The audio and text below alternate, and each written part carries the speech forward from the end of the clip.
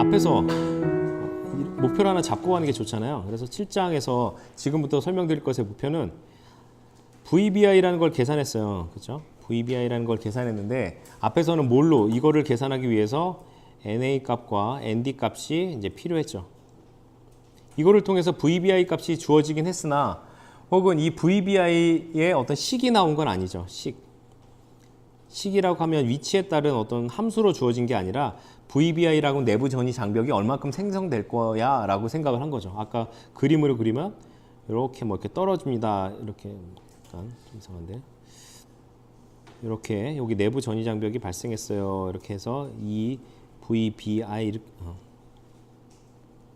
이 값을 구했지만 이 슬로프가 실제로 어떻게 슬로프가 떨어지는지에 대한 요 식은 얘기하지 않고 대략적으로 제가 그냥 눈대중으로 이렇게 떨어지는 모양으로 이제 그림을 그렸어요. 근데 그렇지 않고 외부에 도핑된 어떤 함수가 주어진다면 도핑 농도에 대한 NA라는 것에 대한 함수 혹은 ND에 대한 함수가 주어진다면 그거를 가지고 이 친구들을 역으로 유도하는 일들을 이제 살펴볼 거예요. 역으로 유도하는 일들을 살펴볼 겁니다. 그래서 시험 문제는 어떻게 나오냐? 요 NA와 ND의 값, 도핑 농도, 억셉터 원자의 도핑 농도와 도너 원자의 도핑 농도에 대한 함수의 식이 주어지면 그거로부터 여러 가지를 유도를 해내는 거죠. 첫 번째 유도해야 될 거는 일렉트릭 필드. 이 일렉트릭 필드는 유도 전기야. 앞에서 설명드렸던. 갑자기 이 필드 나오면 우리 머릿속에 그냥 쉽게 생각하는 게 드리프트 전류 이렇게 생각하는데 드리프트 전류, 외부에서 인가한 드리프트 전류가 아니라 그 내부적으로 발생한 유도 전기. 유도 전기가 발생했다는 얘기는 무엇이 발생했냐면 디퓨전이 발생한 거죠. 확산이 발생한 거예요. 확산. 디퓨전. 유도 전기에 induced electric field가 발생한 거죠. induced. 자, 요거를 구하라는 문제가 이제 첫 번째 문제가 나오고, 두 번째는 이거를 통해 가지고 이거를 통해서 포텐셜 그래프를 그리라는 문제가 나오는 거. 포텐셜 전이. 그리고 이거를 통해서 무엇을 그리라는 문제가 나오냐면 에너지 레벨을 구하는 에너지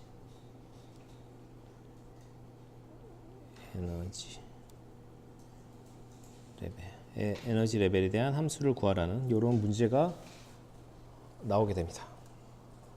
연습 문제 있으니까 그거 참고해서 여러분들 생각하시면 될 것 같아요. 그래서 이전에 제가 그림 여러 번 한번 그려가지고 여러분들한테 어떤 면접 같은 데 가서 전반적으로 PN정션 제가 매일 그리는 적어도 한 이 수업 시간에 한 20번 이상을 그렸던 이런 PN정션 그림과 더불어 가지고 이것들을 정성적으로 설명드렸던 게 지난번 뭐 PN정션에 대해서 설명드렸던 거라면 이거를 좀 더 정량적으로 이 안에서 발생하는 에너지 레벨에 대해서 설명을 드릴 거예요. 그게 이제 오늘부터 설명드릴 내용입니다. 그래서 7.2.2는 내부에 발생하는 일렉트릭 필드에 관련된 건데 그 그래프를 보게 되면 여러분들이 헷갈려요. 처음부터. 그래서 그래프를 보기 전에 실제로 우리가 만들어진 반도체는 어떻게 생겼느냐를 살펴봐야 돼요. 반도체 다이오드의 크기는 한 요 정도가 돼야 돼요.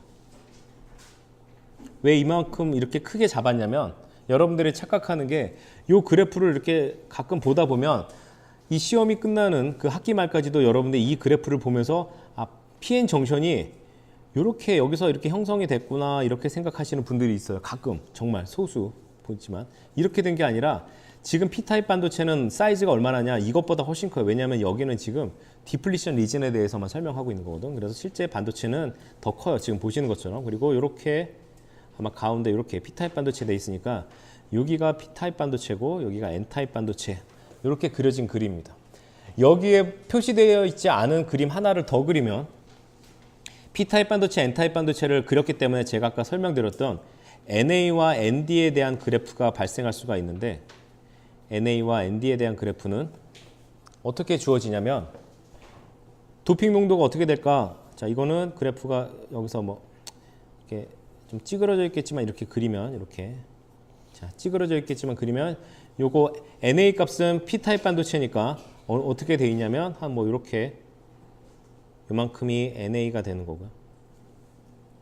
그리고 D는 한 여기서부터 여기까지 이렇게 ND 이렇게. 요 그림은 제가 지금 찌그러져서 어쩔 수 없이 이제 그렸는데 찌그러진 요 그림은 이전 강의를 여러분들이 참고하시면 거기에 이제 비슷하게 본래는 약간 모양이 조금 이렇게 그렸어야 되는데 지금 여기 공간이 너무 좁아가지고 제가 이거를 찌그러뜨려서 그렸는데 이렇게 NA 혹은 ND 이렇게 표현할 수 있는 거야. 요걸 보시면 요 끝에서 반도체가 만들어지는 거죠. 끝에까지. 여기 끝에까지 반도체가 도핑됐다는 거 하는 거니까 반도체가 여기서 만들어진 거고. 자, 중요한 건 여기서 맨날 이런 그림을 그리다 보니까 요 그림에서 여러분들이 유의해야 될 거는 금방 요거 제가 그렸던 요 그림에서 유의해야 될 거는 자, 시험 문제는 이렇게 나온단 말이죠. 사실 제가 금방 그린 그림은 조금 이상해요. 왜냐하면 보통 X축이 의미하는 바는 위치예요. 그거는 괜찮아요. 근데 Y축이 의미하는 바는 본래 하나를 의미해야 돼. 하나라고 얘기를 하면 Y축이 의미하는 거는 NA 값에 대한 얘기를 하던가 Y축이 ND 값에 대한 얘기를 하던가 이 둘 중에 하나를 얘기를 해야 되는데 사실 위에 있는 그래프는 어떠한 양해를 한 거냐면 이 왼쪽에서는 ND 값에 대해서 내가 표시를 해줄게. 그리고 오른쪽에서는 이게 N타입 반도체니까 NA 값에 대해서 표시를 해줄게. 오른쪽은 ND 값에 대해서 표시를 해줄게. 이렇게 되는 거지만 사실 일반적으로는 그래프를 이렇게 그리진 않죠. Y 값은 하나여야 돼. NA 값이나 ND 값. 그래서 이것들을 문제에 따라서 어떻게 주어지냐면 좀 더 명확하게 아예 이렇게 주어져요. NA에서 ND를 뺀 값으로 이렇게 주어져요. 그럼 Y축은 무엇을 의미하냐면 NA 값에서 ND 값을 뺀 거예요. 그러니까 그림을 다시 그려보면 어떻게 되냐면 일단 NA에서 ND를 뺀다라고 했으니까 이쪽에서의 NA 값과 ND 값을 생각해 보는 거야. NA 값은 여전히 많겠죠. 근데 ND 값은 보상 반도체가 아니라면 내가 굳이 도너를 넣어주지 않았다라고 한다면 그냥 아까처럼 요 똑같은 높이를 지니고 있겠죠. 이렇게 되는 거야. 자, 그러면 요번에 이쪽을 그려보면 NA 이쪽에는 N타입 반도체인데 N타입 반도체에 NA 값이라는 게 존재할까 생각해보면 이게 보상 반도체가 아니라면 굳이 우리가 억셉터 불순물을 넣지는 않았기 때문에 얘는 없을 거고 즉 0-ND 값이 될 거라서 아까처럼 위에 이렇게 표시된 게 아니고 아래쪽에 이렇게 같은 크기로 표시가 되겠죠. 그렇지만 부호는 마이너스 형태로 이렇게 표시가 되겠지. 그래서 시험 문제는 이렇게도 나올 수가 있어요. 지금 도핑 농도를 표시하는데 NA-ND의 그래프가 다음과 같이 주어진다. 이렇게 표현을 하게 되면 이거는 요 위에 있는 그림과 같은 내용이다라는 것을 여러분들이 생각을 해두셔야 돼요. 제가 시험 문제 들을 때도 위에처럼 드릴 수도 있고 그냥 아래처럼 Y축을 NA-ND로 이렇게 드릴 수도 있다는 거 그렇게 이해를 좀 해두시고 자 이렇게 도핑이 된 상태에서 요거는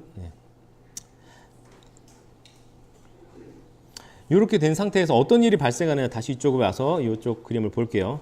어떤 일이 발생하느냐 PN정션이 만들어진과 동시에 PN정션 내부에서 디플리션 리진이 만들어지는 과정에 대해서는 이전에 설명드렸고 에너지 레벨이 어떻게 되는지도 설명드렸는데 디플리션 리진이 만들어졌는데 그 공간의 크기가 지금 표시되는 영역처럼 돼요. 어떻게 아느냐 요 위치에 해당되는 거야. 지금 표시된 아래쪽에 있는 그림은 뭐냐 X축은 그냥 반도체의 위치를 의미하는 거 PN정션의 위치를 의미하는 거고 Y축이 의미하는 게 바로 로라고 하는 전하 밀도예요. 전하 밀도라고 하면 또 무슨 전하 밀도인지 여러분들 헷갈릴 수 있으니까 이거를 그냥 여기다가 공간 전하 밀도 이렇게 해서 공간 전하 밀도 이렇게 생각해 두시고 공간 전하가 어떻게 발생했느냐 짧게나마 설명을 드리면 이쪽에 N타입 반도체에 많은 전자들이 본래 접합하기 전에 이렇게 가득 차 있었을 텐데 아주 같은 농도로 가득 차 있죠. 그런데 이쪽으로 전자들이 이동하고 디퓨전에 의해서 이동하면서 여기에 마이너스 전자들을 유지하고 있었던 불순물에 의해서 플러스 공간 전하가 발생하는 거고 그 플러스 공간 전하들이 어디까지 발생하냐면 여기에 계속 이렇게 이 영역 전체에 걸쳐서 발생하는 거죠. 마지막에 있는 이 전자들은 가려고 했으나 가지 못한 거죠. 가려고 했으나 가지 못해. 왜냐하면 내부 전개가 발생해서 그 내부 전개에 의해서 반대 방향으로 힘이 걸려버리기 때문에 확산에 의해서는 안 가는 게 좋겠다 이렇게 판단한 거죠. 자, 마찬가지로 여기 플러스 전하가 발생했고 이쪽에는 홀에 의해서 마이너스 전하가 발생했는데 이전 시간은 제가 그 그림을 그릴 때 이 개수가 중요하다라고 했어. 왜냐하면 얘네들이 서로 전체적으로 전하가 중성이 돼야 되기 때문에 전하가 이 반도체는 전체적으로 전하가 중성이 돼야 돼요. 짧게 다시 설명드리면 자 P타입 반도체, N타입 반도체 여러분들에게 물어봐서 이거 전하적으로 중성이냐? 그럼 전하 중성이라고 얘기를 해요. 그럼 P타입 반도체 얘는 전하적으로 중성이냐? 이제 고민되고 N타입 반도체는 전하적으로 중성이냐? 고민돼요. 그렇지만 PN 정션으로 만들어진 것과 P타입 반도체, N타입 반도체 다 전하적으로 다 중성이야. 전하적으로 중성. P타입 반도체 포지티브 캐리어인 홀들이 엄청나게 많은데 어떻게 양의 캐리어들이 많은데 어떻게 전하적으로 중성이냐? 포지티브 캐리어들을 붙잡고 있는 고정 음이온들 혹은 불순물들에 의해서 만들어진 고정 음이온들이 여전히 똑같이 정기적으로 상쇄될 만큼 존재를 하기 때문에 P타입 반도체 중성, N타입 반도체 중성이에요. 자, 그렇다라고 한다면 PN 정션으로 만들어졌는데 PN 정션으로 만들어져서 디플리션 리진이 생겼잖아요. 자, 여기도 중성인데 자, 여기와 요 영역은 마치 벌크 영역이라고 그래서 여전히 P타입 반도체, N타입 반도체에 접합하기 전의 성질을 갖고 있어. 그럼 이것도 여전히 중성이잖아요. 그럼 여러분들이 생각할 수 있죠. 처음부터 중성이었고 양쪽 끝에는 본래 P타입 반도체, N타입 반도체도 중성이라고 했으니까 중성이니까 요 내부적으로 생겨진 공간 전하들도 당연히 중성이어야 돼. 중성이란 얘기는 여기에 플러스 전하와 이쪽에 생겨진 마이너스 전하의 양이 서로 같아야 돼요. 그렇기 때문에 그것들을 도식적으로 보여줄 때도 여기 16개의 플러스를 제가 그렸고 여기도 16개의 마이너스를 그렸어요.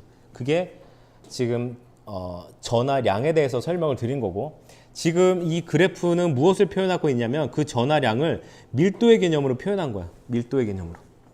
그래서 요 영역 안에 X라고 XN이라고 하는 것이 있는데 XN은 뭐냐면 공간 전하 영역에서 N타입 반도체의 경계를 의미하는 거고 경계. 디플리션 리진의 경계를 의미해요. 어디서? N타입 반도체에서. N이라고 쓰여 있으니까. P타입 반도체의 경계를 우리가 뭐라고 하냐면 XP라고 하고 그렇지만 그거를 좌표상으로 표현할 때는 지금 0이라는 부분을 우리가 경계 정션을 만들었기 때문에 여기를 굳이 마이너스 XP라고 우리가 표현을 해줘야 돼요. 좌표상으로 표현해 줄 때는. P타입 반도체의 디플리션 리진의 경계. 이렇게 여러분들이 생각하시면 되고. 자, 이렇게 생각하시면 되고 거기서 각각의 영역으로 갈 때마다 전하량이 얼마만큼 되느냐라고 하는 건데 그 전하량은 무엇과 연관이 있냐면 내가 넣어준 불순물과 연관이 있다. N타입 반도체를 만들기 위해서 넣어준 불순물은 ND 도너 불순물을 넣어줬는데 그 도너 불순물의 농도와 연관이 있다는 거죠. 불순물의 농도가 그대로 캐리어들의 농도에 반영이 되고 그 캐리어들의 농도가 빠지고 나면 남아있는 고정 음이온의 농도도 여전히 캐리어의 농도와 연관이 있고 캐리어의 농도와 연관이 있다는 얘기는 내가 거기에 넣어줬던 불순물의 농도와 연관이 있다는 거예요. 그래서 그 값이 그대로 이렇게 연관이 됩니다. 얼마만큼 내가 불순물을 넣어줬느냐에 따라서 그 값이 결정이 되고요. ND라고 하면 그거는 단위가 개예요. 몇 개. C를 심었는데 그 C가 몇 개를 심었느냐라는 그 개념이에요. 개수에. 근데 지금 전하 밀도라고 했으니까 얘는 단위가 뭐여야 되냐면 쿨롱이어야 돼. 쿨롱을 우리가 부피로 나눈 형태여야 되는 거죠. 전하 밀도를 의미하면 쿨롱. 전하량을 의미해야 돼. 그래서 개수에다가 무엇을 곱해지냐면 한 개의 전자가 한 개의 캐리어가 운반할 수 있는 양을 곱해서 2라고 이렇게 곱해준 거죠. 앞에. 그것이 바로 전하 밀도로 우리가 반영이 되는 거고요. 이렇게 전하 밀도로 반영이 되는 거고 총 전하량은 어떻게 구하느냐? X축에서 Y축을 곱하면 이 넓이가 바로 총 전하량이 되는 거죠. 즉 제가 아까 16개라고 셌는데 이게 16개가 되는 거야. 물론 지금 16개라고 얘기를 하면 이건 개수니까 곱하기 2라고 들어가죠. 물론 16개도 제가 임의적으로 그림을 그릴 때 그린 거지만 실제로 거기에 불순물들의 개수 플러스 2를 곱해주게 되면 이 넓이가 의미하는 것은 거기서 만들어진 총 전하를 의미하는 거죠. 그 넓이와 자, Y축 Y축이 아니고 P타입 반도체. 자, P타입 반도체는 무엇이 있다라고 했냐면 포지티브 홀들이 오른쪽으로 이동하면서 남겨진 고정 음이온들에서 보시는 것처럼 이렇게 마이너스 전하들이 발생한 거죠. 마이너스 전하들이 있는데 그 마이너스 전하들이 무엇에 의해서 발생했느냐? 억셉터 불순물에 의해서 발생한 거야. 여기서 좀 헷갈리는 분들이 있어요. 어떤 게 헷갈리냐면 왠지 머릿속에 지금 여기는 음의 전하를 얘기를 하는 거잖아요. 음전하를 얘기를 하는데 우리 머릿속에 음전하라고 하면 갑자기 이게 전자 이렇게 생각할 수가 있다고. 전자에 의해서 뭔가 영향을 받는 거 아니야? 그런데 왜 얘는 전자를 만드는 ND에 의해서 영향을 받지 않고 왜 NA라고 하는 홀을 만드는 애에 대해서 영향을 받는 거지? 지금 이렇게 생각하시는 분들이 있는데 그렇게 생각할 수가 있어요. 근데 그거는 왜 그러냐면 여기 만들어진 음의 전하는 본래 근원이 뭐냐면 홀들에 의해서 홀들을 붙잡고 있었던 애들이야. 그러니까 홀들의 농도와 연관이 있는 거죠. 저기 만들어진 음의 전하들은. 그래서 ND가 아닌 NA 값에 영향을 받기 때문에 여기가 NA 값이 되고, 그리고 마이너스 값이 되는 건 음의 전하니까 마이너스 써주고 거기다 곱하기 2라는 전하량을 넣어줘야 총 전하 밀도가 발생하는 거죠. 전하 밀도가 발생하는 거고. 자, 이렇게 됩니다. 또 하나 중요한 거는 지금 표시된 요 넓이, 총 전하량, 이것도 16개라고 그랬죠. 요 16개라고 했던, 위에서 표현하면 16개라고 표현한 요 넓이들이, 이 두 가지 넓이들이 서로 같아야 돼요. 그래서 그림을 그릴 때 대략적으로 이 두 가지를 같게 그려야 돼요. 이렇게. 여기의 넓이와 요 넓이가 같게 그려야 됩니다.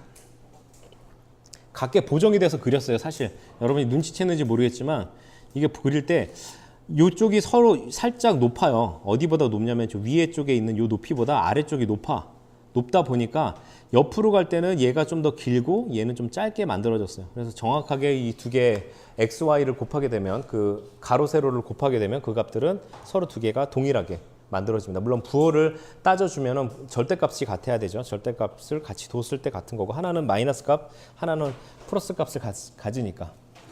그래서 여러분들이 이제 해야 될 일은 뭐냐면, 첫 번째 그려야 될 그림은 아까 일렉트릭 필드라고 했는데, 일렉트릭 필드부터 그릴 수도 있지만, 만약에 NAX, NDX라는 요 값이 주어져 있다라고 하면 여러분들이 첫 번째 그리게 될 거는 로에 대한 함수를 그리게 돼요. 전하밀도를 그리고 여기서 일렉트릭 필드, 아까 이제 요거 설명드리지 않았었는데 일렉트릭 필드 그리고 여기서 전이 함수 이렇게 그리게 되는 함수가 됩니다. 자, 그런데 문제에 따라 달라요. 어디서부터는 여기서부터 시작을 하는 경우도 있어요. 시험 문제에 이렇게 주어지고 여기서부터 이제 출발하는 경우도 있고, 어떤 경우는 NA, ND부터 출발하는 경우도 있습니다. 자, 아무튼 이게 이제 주어져서 이렇게 그림이 그려져 있는 상태, 이렇게 그려져 있는 상태가 되는 거고.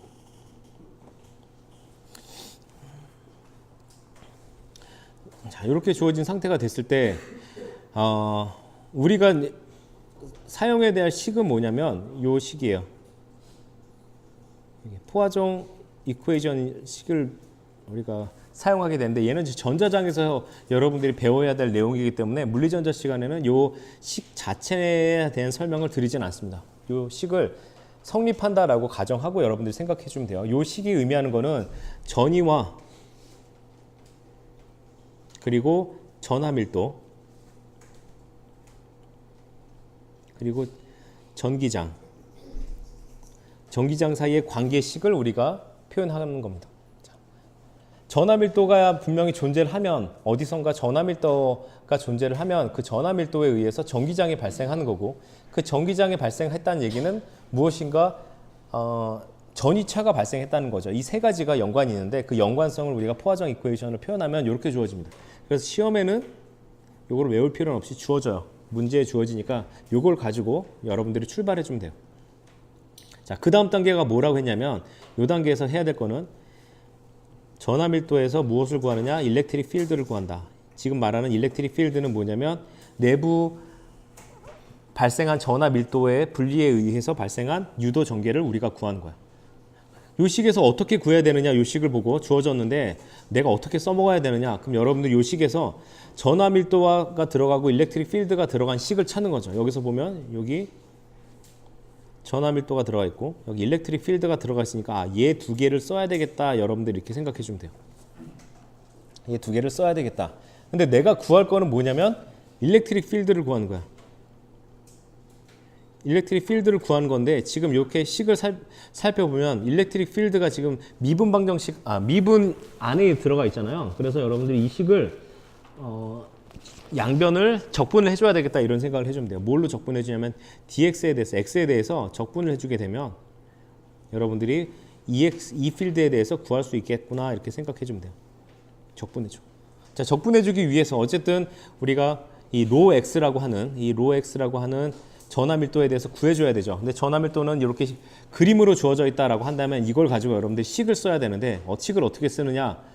x가 마이너스 p에서 0 사이, 즉 여기 마이너스 p에서 0 사이 있는 이 값이 얼마라고 얘기를 하는 거냐면, 그러니까 x에 따라서 크게 변하지는 않잖아요, 그렇죠? 값이 일정한데 구간별로 일정한 거니까 여기가 마이너스 2na 이렇게 된다라고 표현을 해주는 거고, 이쪽 구간 0에서부터 xn까지 이 구간에서는 값이 2에서 2nd 이 값을 갖는다라고 여러분들이 식을 유도를 해주게 되면 로에 대한 식은 구했죠. 그 구한 식을 영역별로 무엇을 해줄 거냐? 적분해준다. 적분을 해주게 돼요. 자, 적분해주게 되면 먼저 P영역에 대해서 살펴볼게요. P영역은 어디냐면 여기가 P영역이죠. 그러면 구간이 마이너스 XP부터 0까지 그 사이에는 무엇을 넣어줘야 되냐면 이 값을 넣어줘야 돼. 그래서 일렉트릭 필드를 구하는데 얘를 적분하면 자, 적분하면 어떻게 되냐면 로 대신에 무엇 넣어주냐면 마이너스 2na를 넣어주죠. 요 대신에 마이너스 2na를 넣어줘. 그래서 이렇게 들어갔고 마이너스 값은 바깥으로 빼주고, 그래서 이거를 여러분들이 적분하게 되면 특별히 x에 대해서 적분하라고 했는데 여러분들이 보시면 알겠지만 이 식에서 내부에 x에 대한 식이 전혀 없죠. x에 대한 것들이 없어요. 다 상수야. 상수니까 다 끄집어 내버리면 되고 결국 2를 적분한 것과 마찬가지라서 x만 붙여주면 돼요. 즉 아시다시피 요 값은 뭐가 되는 거냐면 그냥 x가 되는 거죠. 요거를 적분해주게 되면 1을 적분해주게 되면 얘는 적분해주고 우리가 거기다가 플러스 C1 이렇게 써주죠. 얘네들 어떤 C1이 있었을 수도 있으니까 그래서 C1이라는 값을 만들어주고 이 C1을 찾기 위해서는 여러분들이 값을 임의로 하나 대입해줘야 돼요. 근데 어디서 대입을 해주는 거냐면 요 x는 마이너스 p라는 값을 넣게 되면 요 끝에서는 일렉트릭 필드가 없을 거다 이렇게 생각하는 거죠. 요 끝에서는 일렉트릭 필드가 없을 거다라고 생각하고 x에다가 마이너스 xp를 넣게 되면 그 값은 0입니다라는 경계 조건을 하나 사용해 주게 돼요. 그 경계 조건을 사용해 주게 되면 요 c 값을 여러분들이 구할 수가 있어. 여기다가 마이너스 xp를 넣었는데 그 값이 0입니다 이렇게 잡아주니까 c1은 요거를 전체로 이렇게 넘겨준 값이 되고 그것들을 전개하면 이렇게 표현이 됩니다. 이건 여러분들이 한 번씩 해보세요. 계산이 어려운 계산은 아닙니다. 이렇게 되고 반 구했어요. 나머지 하나를 구하게 되면 n 영역에서의 전개를 구하래. n 영역도 똑같이 여러분들이 이렇게 넣어주되 여기다가 넣어줄 값이 뭐냐면 n 영역에서는 EN D 이렇게 들어갔었죠. END. 그러니까 요 값에 요거 대신에 이 값을 넣어줘서 여기 나오게 되고 이렇게 나온 거에서 굳이 마이너스를 뺄 필요는 없고 여러분들이 적분한해를 살펴봤더니 x에 관련된 식이 전혀 없어. x에 관련된 식이 전혀 없으니까 이것들을 그냥 뒤에 x만 붙여주고 나머지는 개수로서 그냥 뽑아주면 되는 거고 마찬가지로 C2라고 하는 적분 상수를 하나 이렇게 만들어주게 됩니다.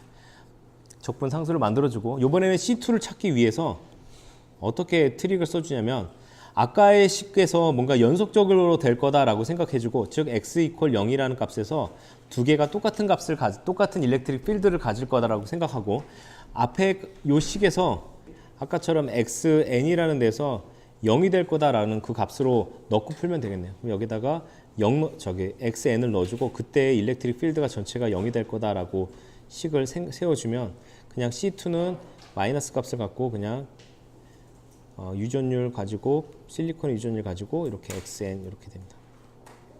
그래서 식을 여러분들이 이렇게 정리를 할 수가 있어.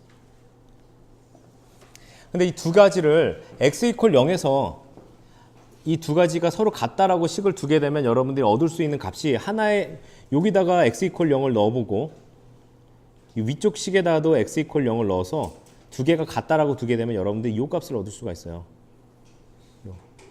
nd라는 것과 xn이라는 걸 na와 xp를 곱하게 되면 그 값은 서로 같다라는 것을 얻을 수가 있는데 이 값들은 이제 제가 초기에 설명드렸던 것 같아요.